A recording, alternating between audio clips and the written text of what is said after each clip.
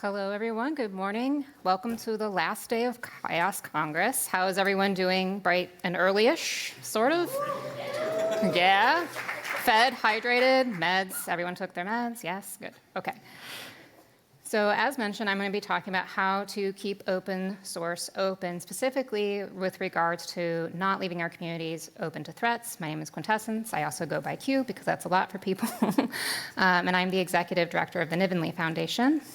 And to level set, I wanted to take a minute to talk very, very briefly about the origins of open source to provide their context. But first, real quick question, since there's a good audience size for this. How many of you have contributed to open source? For 5 years or more, keep your hands up. 10 years or more, keep your hands up. 20 years or more, keep your hands up. Nice. Good job, everyone. You're sticking it out. And that also feeds into why I wanted to level set a little bit, because due to different career shifts or ages, people may not know or remember, because some of us are approaching 40, the origins of open source. So when open source was first founded as a movement, the context at the time was very little computer access, just kind of in general. And this is important to understand from both a community perspective and a comms perspective. Most homes did not even have a computer. You're usually seeing people access devices in shared libraries, computer labs, et cetera. This is why hackerspaces and such were a necessity at the time, right? Tools were a bit kludgy, and so the ability to handle versioning was just very asynchronous and just resulted in a lot of chaos. But the movement itself was very new and very young and very small. So this wasn't terrible, it was just early, and it wasn't running critical infrastructure at the time. We're mostly looking at things like Apache web server that were running pages, but not necessarily, say, a nuclear power plant. When we speed walk forward into the 2010s, we see that homeownership has pivoted dramatically. We have people now using shared devices, but not so much in computer labs per se, but a home computer shared by a family. So this did change how and who had access to projects that were being developed very relevantly to the open source movement. The comms tools also changed. Social media appeared and matured, and so people also were able to communicate, if async, more synchronously than they were doing previously. At this juncture, open source did mature, and it was running critical infrastructure, not as much as we're about to talk about in the 2020s that we're walking through, but it certainly was running education and so forth, and that was a very big deal. And this means that for any potential attacker, whereas in the early days, we had small projects that weren't running anything with particular criticality, and tools that were a bit kludgy to something that is now increasingly important with easier to use tools by everyone. Now in the present, we have basically multiple devices per human. We have Internet of Things. We have the threat surface and attack surface. That introduces when everyone, regardless of their competency, can have technology that's actually quite powerful just on their person, right? Social media is very powerful. We've seen it shift and pivot even in the past 5 years in response to the pandemic. And very genuinely, open source is very critical. It's in all your financial systems, your government systems, your healthcare systems, your research systems. And at this point, whereas 10 years previously, looking at the LF's project portfolio as an example, they evaluated their supply side value in the 5 to 10 billion range. It is now valued in the 4 billion range, but the demand side is in the 8 trillions, like the trillions. These aren't hobby projects from the 80s and 90s. This is $1 trillion industry. And in fact, when you're looking at the ecosystem writ large, you see that 97% of code bases not only use open source software, but the average of 911 components are in them, tripling in the past 5 years alone, according to Black Duck.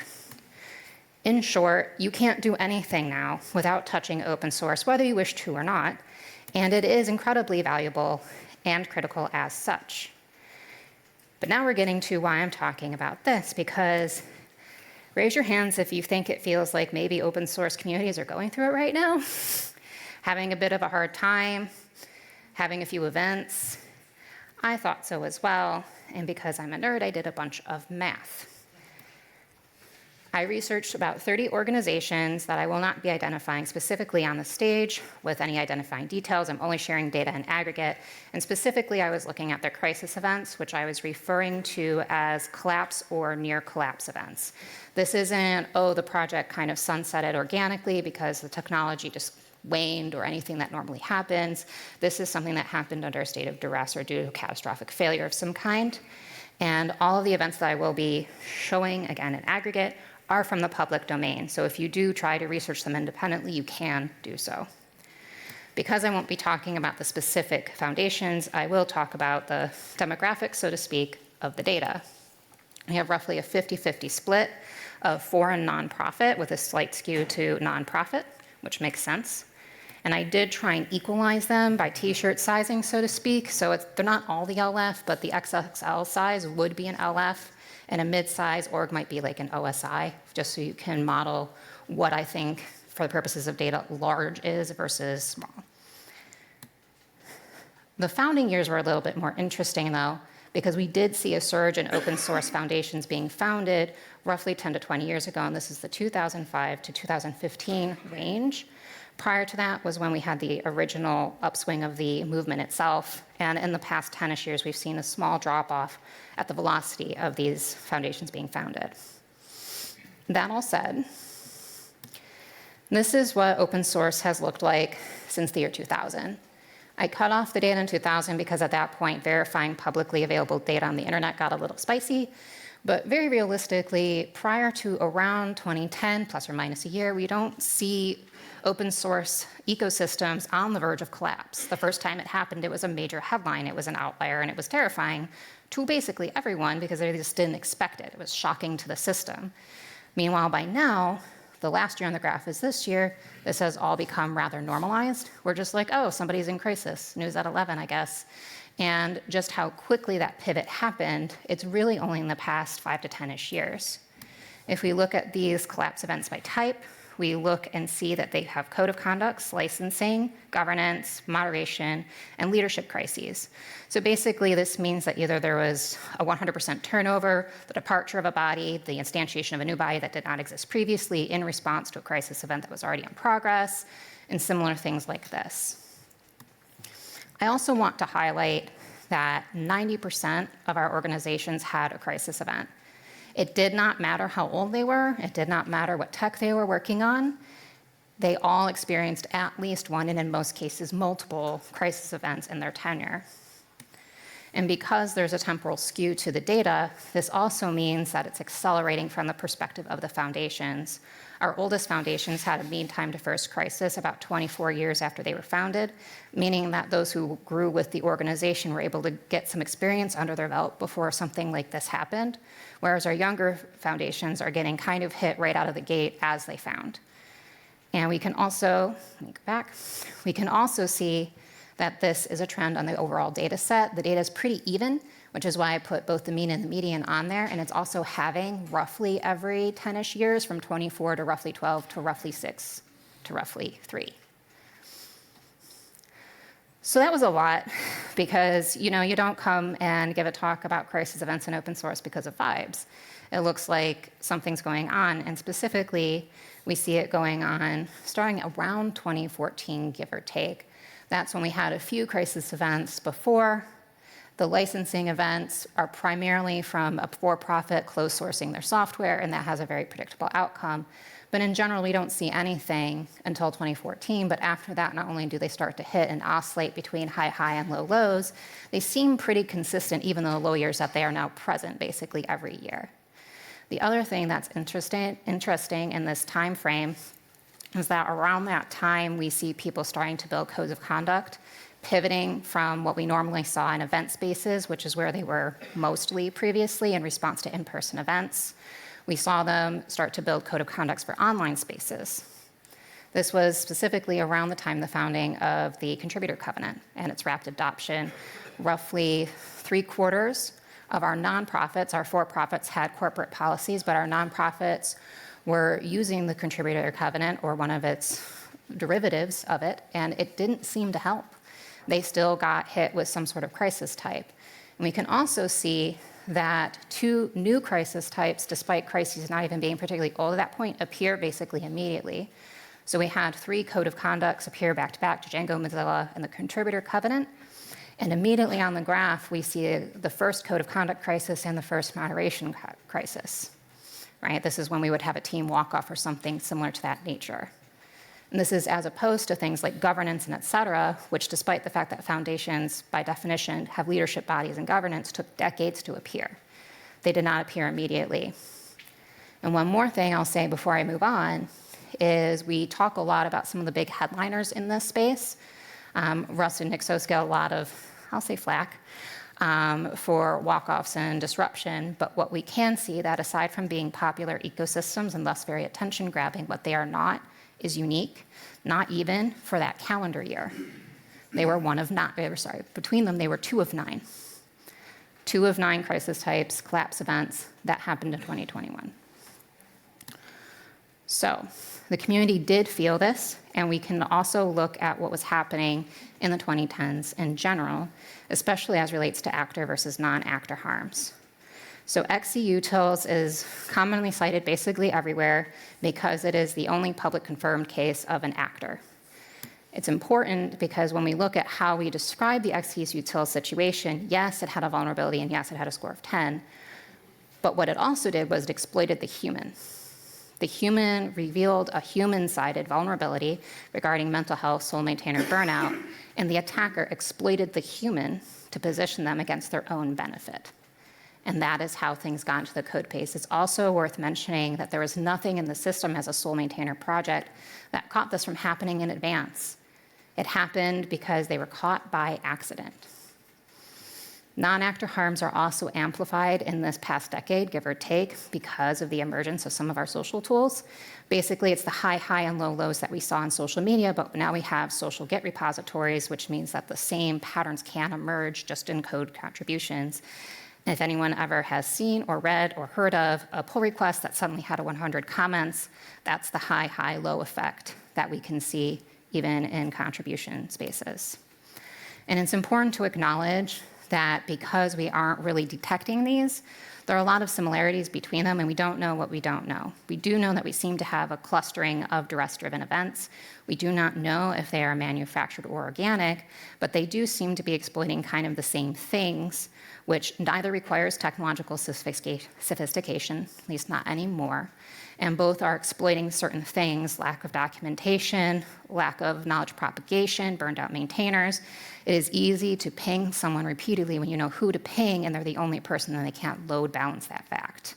They're both enabled by these collapsed barriers, and by barriers I mean the soft gates that the difficult to use technologies provided in the earlier days. Essentially what I'm saying is more research is definitely needed in this area if we expect to be able to determine what % of our clustering is due to what effect and to what degree. But what we do have, to recap all of that very briefly, is we have about a 40-year-old movement that went from nascent to mature and to critical, and that participation in those earlier communities were curated, but now we don't have that. And sometimes that's to a benefit. It means we get more awesome developers, but if we're not taking protective measures, it means we get something else that we're trying to understand what we see. All of our foundations are experiencing crisis events kind of on the regular now, but volunteer teams don't know what to do about it, how to report it, how to explain it to leadership in a way that is mutually understood, and that thwarts our ability to be able to document and thus detect and respond in any meaningful way. And all of this drives, how do we keep the open source open? Because keeping open source open isn't just about code vulnerabilities. We have lots of testing suites around code vulnerabilities. So what do we do about the human communities that are building these code bases that are in these states of crisis? We need to protect our ecosystem. And we do have tools in our kit that can assist with this, which is basically we need to do a gaps analysis on the human side to acknowledge, analyze, and address these situations. First off, I would like to point out that we have a lot of contributor ladders in place right now, but to my awareness, none of the contributor ladders that we have involve organizational threat awareness. In fact, most of the organizations I spoke with didn't have a threat model. So that means that what you have is you have a contributor, happy to be here or not, who doesn't grow an understanding of what the risks are posed to the project. So they're developing more code. They don't know how it can be misused. And by that, I don't necessarily mean malware. I mean abused by human people that are using it differently than intended, but are not modifying it in any way. But what we could have is, if we do develop these threat models, we incorporate them into our contributor ladders. This means as you gain other sources of influence, you get that commit bit, you start to be able to merge domain on your own, so to speak. You also know what that means for the broader community and its code base. We also need to develop guidelines around how to write things down consistently. And this is a bit tricky. So it's not like mod teams don't know that they've moderated someone and they've either limited or suspended account to choose to common actions that mods take. But usually you just see it kind of like an audit log, right? So-and-so moderated so-and-so, and there's no context at all. So you aren't able to triage that data later. Very genuinely, though, if moderators don't know what to write down, that audit log looks fine. And it's not until later that you might think that you need to investigate it that it suddenly isn't enough. Also, organizational memory is very important when it comes to moderation events, not just documenting the code for basically the same reason I've been discussing thus far, right? You have people who maybe learn something, you have maybe a more experienced mod who's been with your project for 3 years, 5 years, 10 years, depending on its age. But if they burn out, walk out, or there's some other situation that occurs, if that knowledge doesn't transfer, they're the only ones who know whether they've written it down or not, or knew how to write it down or not, what's been happening in that time, right? And if you don't get the data while it's fresh, you might not be able to recoup that later. And that type of organizational amnesia is a risk, and that risk can be weaponized. It is important to really ground in the reality that anything can be weaponized. It's kind of the definition of the term. We see this a lot with any sort of when the cost is low and the payoff is high situation. So GDPR and DMCA are two easy examples of not really anything to do with moderation that we see. It's easy to file, it's easy to request, it's easy to issue a takedown, but it's hard to prove, right? It's hard to respond to that type of request. And the same can be true for easy to exploit governance or contributor models that we may have in place because we haven't thought about them this way. And this all matters because we want to understand how we can be kind of pointed against ourselves, but we also want to make sure, and I want to be very clear, that we don't center threat detection, because that is how you build paranoid communities, which I realize might feel like a bit of a switch from me talking about actors and then saying, but don't focus on the actors. It's important because most of our communities are not going to be security specialists. And in fact, if you try to train them to be such, it will break their souls somewhat. People normally sign up to be moderators because they want to help the community develop code. They want to help mediate conflicts. They want their community to work together to build something awesome. And they don't want to think about some exutil situation in their cool code base using the fact that they're burning out because the world's on fire against them. But someone has to understand that these mechanics are at play. It doesn't have to be everyone. The other thing that we want to understand is that by centering a healthier community, we do instill protective measures that are actually doable by the community.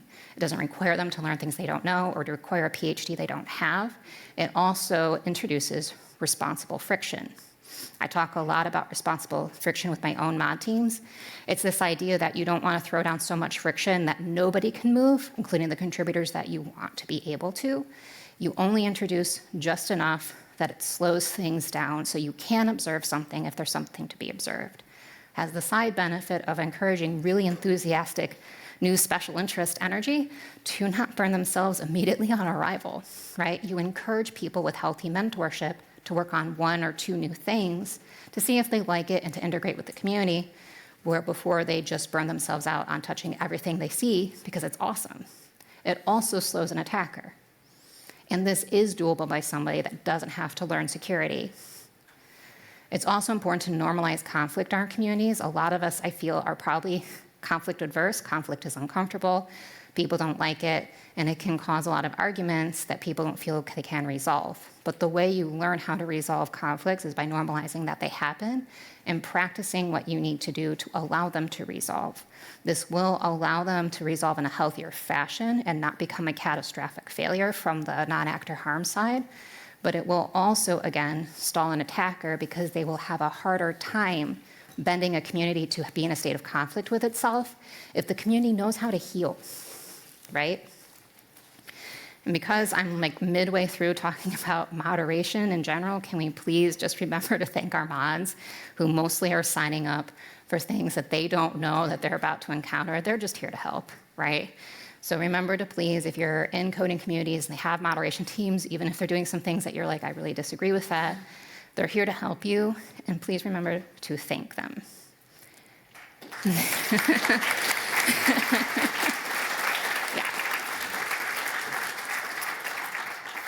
I have a few more things on moderation boundaries before I move into what I want us to do about this. Moderation activity, I just mentioned, please remember to thank them, even if they do something you don't like. This is because at its core, moderation is about boundaries, not punishment. This is also relevant to threat activity. Someone sends you a phishing link they want you to click that you don't want to click. They put content in front of your face that you don't want to see. They are violating your boundaries. Having healthy boundaries also prevents them from pushing on your boundaries in an intentional way.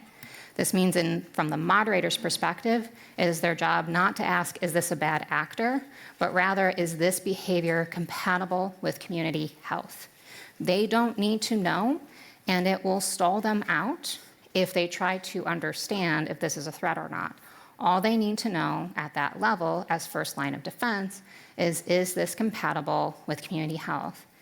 Because I really just want to keep saying this is the responsible friction. Sometimes people feel like enforcing boundaries isn't doing anything. They want to know if there's a threat because they want to smack it down. But you can't know, and even in the case of XE utils, it took years to know. You can't know. It is important to ground in the fact that you can't know. We need to help equip the moderation teams with what they need to do to act on things. The moderation teams are approaching things without judgment, and we're addressing the gaps, right? We understand the nature of protective measures.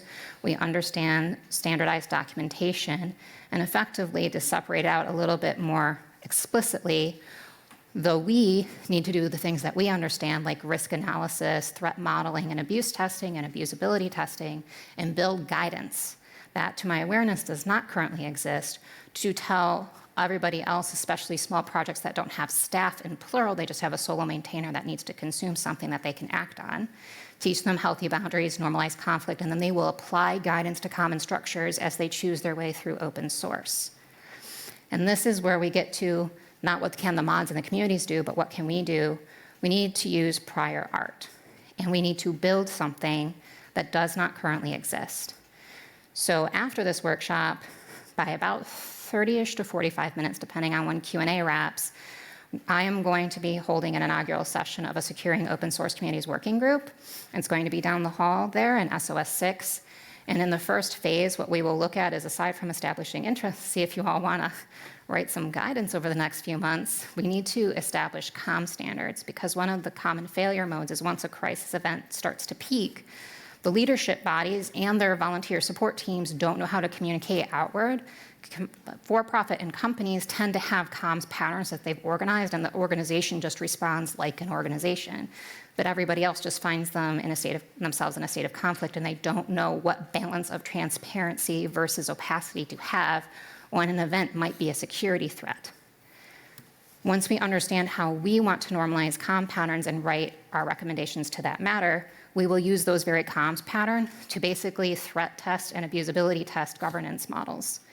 We don't want to do this with carelessness, and this is why we're doing comms first, because we are not going to be publishing a playbook for how to attack everyone on open source. But we do need to understand what's going wrong in order to produce an easily and accessible guidance, kind of like CISA made the traffic light protocol. You can understand the gist of what you're saying and what you're being told to do, and you do not need to be a security specialist to do so. We need that for the open source community. So to recap, phase 1 is going to feed into phase 2, but all we're going to do today is groundwork, introductions, and interest gathering. And with that, I'm going to throw up a QR code so that you know where it is. And that's what I have for questions.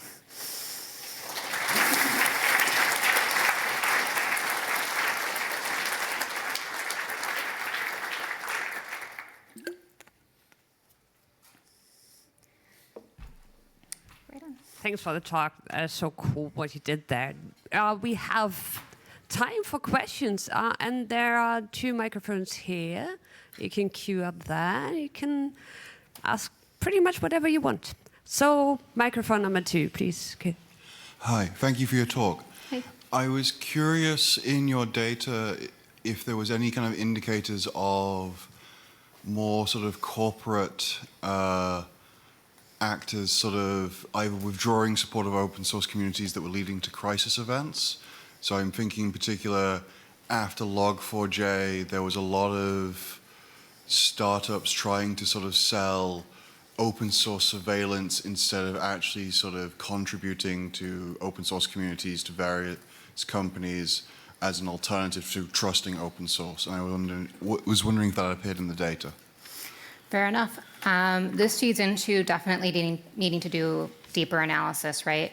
I didn't do a capitalism analysis layer on the data, partially due to time constraints. I was doing this for a couple of months leading up to this event, and I definitely need a couple more months. So I'll just cap it at that. It definitely makes sense that we would see other behaviors in the ecosystem at the time, where if a community appears that it can't sustainably make the software, that things would shift in the ecosystem otherwise. But relevant to the conversation that I'm having around we need to tell people what to document, the events aren't being documented well enough to triage them after the fact to even determine if there's an actor at all, let alone what type or shape they have. Yeah. Thank you. Welcome. Microphone number 1, please.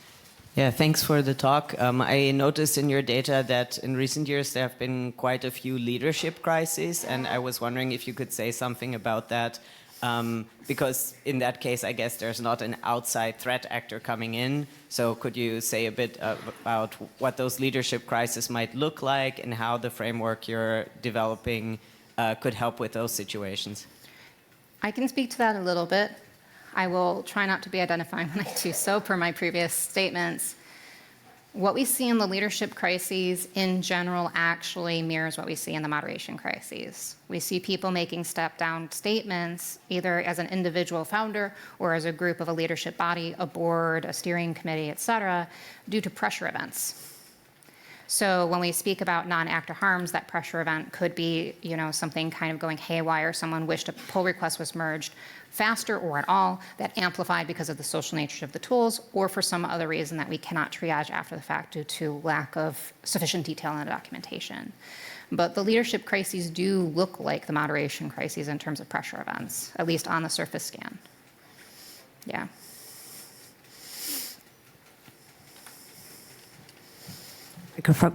Microphone number 1, please. Yeah, thank you. I've been involved in some analysis of the Log4j crisis, so together with the Apache Foundation and with the German BSI, so the Office for Computer Security. And it turned out that the community was quite German, quite small, and they worked all the end of the year to get it done. And as a result, we wanted to throw money on them, and then it turned out the Apache Foundation did not even have a bank account to take money if we would have it, and money would not help on this. Yeah. And in my experience, some of the problems are even deeper. So we have a deep crisis because some communities really repel new members. Mm-hmm. And this is because this entire principle of meritocracy is flawed. Effectively, this is some cover of, we have male American white privileges. We call it meritocracy. And it's all a cultural problem. So if you're not completely in this business, you will probably repelled. And I think this XV or XZ crisis was also based on this social pattern. So we have to go deeper into the social pattern. I agree. I agree. And a lot of the reason that I focus so much on mental health, not only for the foundation and our Mastodon instance moderation teams, is also because if the community can't stay healthy, it's going to toxify actor or no actor, right? It's not good for people. Yeah. You slipped a comment through me. Question at microphone number 2 being? I've been a part of 2 organizations that had crisis events, and again, this would be considered anecdotal, but one organization acknowledged and owned the problem and withstood the crisis, and the other one denied and doubled down and dissolved.